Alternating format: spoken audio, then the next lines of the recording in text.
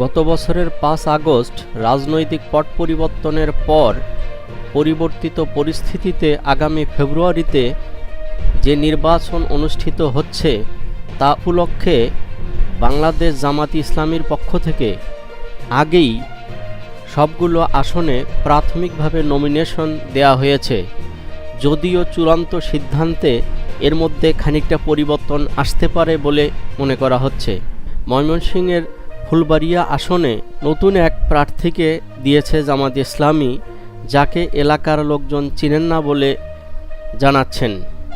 ইতোমধ্যে প্রার্থী পরিবর্তনের চিন্তাও করছে দলটি। জামাত সূত্রে জানা গেছে সম্প্রতি তাকে কেন্দ্রে ডেকে বিষয়টি নিয়ে আলোচনা করা হয়েছে। আশা করা হচ্ছে প্রার্থিতা পরিবর্তন করে অধ্যাপক জসিমউদ্দিনকে চূড়ান্ত প্রার্থী ঘোষণা করা হতে পারে।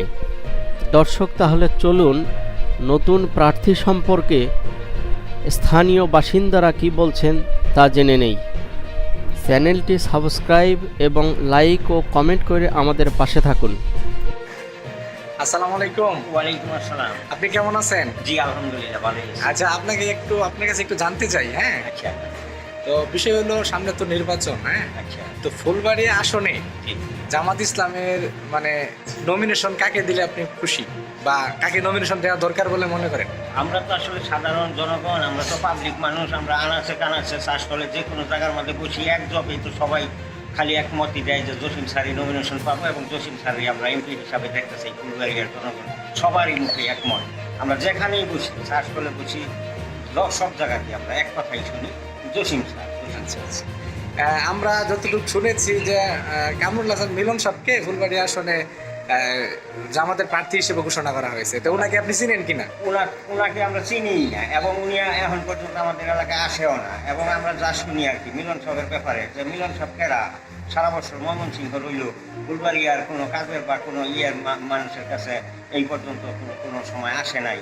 তা আমরা তো সব সময় আমাদের এলাকায় বা আমরা যে কোনো জায়গায় যাই খালি ফুলবাড়িয়ার মানুষের খালি জসিম স্যারের কথা।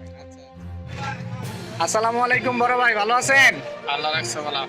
আচ্ছা, আপনি তো জানেন সামনে তো সংসদ নির্বাচন। যে সামনে সংসদ নির্বাচন, তো এই নির্বাচনে ফুলবাড়িয়া আসনে আপনি কি জামাত ইসলামের প্রার্থী কারে দিছে তারা চিনেন? তেমন একটা চিনি না। আচ্ছা আচ্ছা, যে জামাত ইসলামের প্রার্থী হিসেবে ফুলবাড়িয়া আসনে কারে দিলে ভালো হইতো? অধ্যাপক জসিমকে দিলে সবচেয়ে ভালো হইতো। তা জসিম সাহেবকে কেন দিলে ভালো হইতো? উনি সবার পরিচিত মুখ, ওনাকে সবাই চেনে। আচ্ছা আচ্ছা, আর মিলন সাহেব আপনি চিনেন? না, উনি তো নির্বাচনই করছে না। আপনার এলাকায় মিলন সাহেব কোনো সময় আসছে? না, আমাদের এলাকায় গেছে না। ও আচ্ছা আচ্ছা, না, কখনো আমরা দেখি নাই মিলন সাহেবের। আমরা নতুন নাম শুনতেছি অধ্যাপক জসিম স্যারের তুলনা কোনো। আমরা জসিম স্যার মানে আমরা জামাত মানে জসিম স্যার মানে জামাত। আমরা ছোটকালের থেকে জানতাম জসিম স্যার ব্যতীত জামাত এই ফুলবাড়ির সিট উঠাইতে পারবো কিনা আমরা, আমাদের বিশ্বাস নেই। আসসালামু আলাইকুম আঙ্কেল। আপনি কি ফুলবাড়িয়া জামাত ইসলামের যে আসনের প্রার্থী দেওয়া হয়েছে মিলন সাহেবের কি আপনি চিনেন? না, মিলন সাহেবের আগে চিনতাম না, ওই আমরা কয়েকদিন ধরে শুনি যে মিলন সাহেব। আর এই জামাতের এইখানে কোন নেতার নমিনেশন দিলে ভালো? জসিম স্যার জসিম স্যারকে লিখে নমিনেশন দিলে ভালো? সৎ লোক, ভালো লোক। ফুলবাড়িয়ার পক্ষ থেকে জসিম স্যারের নমিনেশন দেওয়াই আমরা খুশি। এমপি আমরা জসিম স্যারের এমপি হিসাবে দেখতেছি। ভালো আছি। আপনি জামাত থেকে কারে সমর্থন করেন? ফুলবাড়িয়া থানায় জসিম স্যার। জসিম স্যার কেন ভালো লাগে? হ্যাঁ, যোগ্যতা ভালো। তাহলে এবার ভোট জসিম স্যারকে দিবেন? ইনশাআল্লাহ। ঠিক আছে,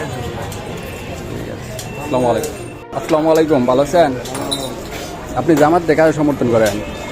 জসিম প্রফেসর। জসিম প্রফেসর কেন সমর্থন করেন? লোক ভালো হিসাবে। জসিম প্রতিদ্বন্দ্বী মিলন স্যারকে চিনেন আপনি?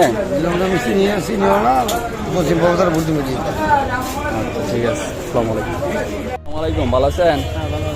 আপনার ফুলবাড়িয়া থেকে জামাতে কাকে সমর্থন করেন? জসিম স্যার। জসিম স্যার কেন সমর্থন করেন? ভালো লোক। আর মিলন সাহেবকে চিনেন? না, আমি দেখছি না,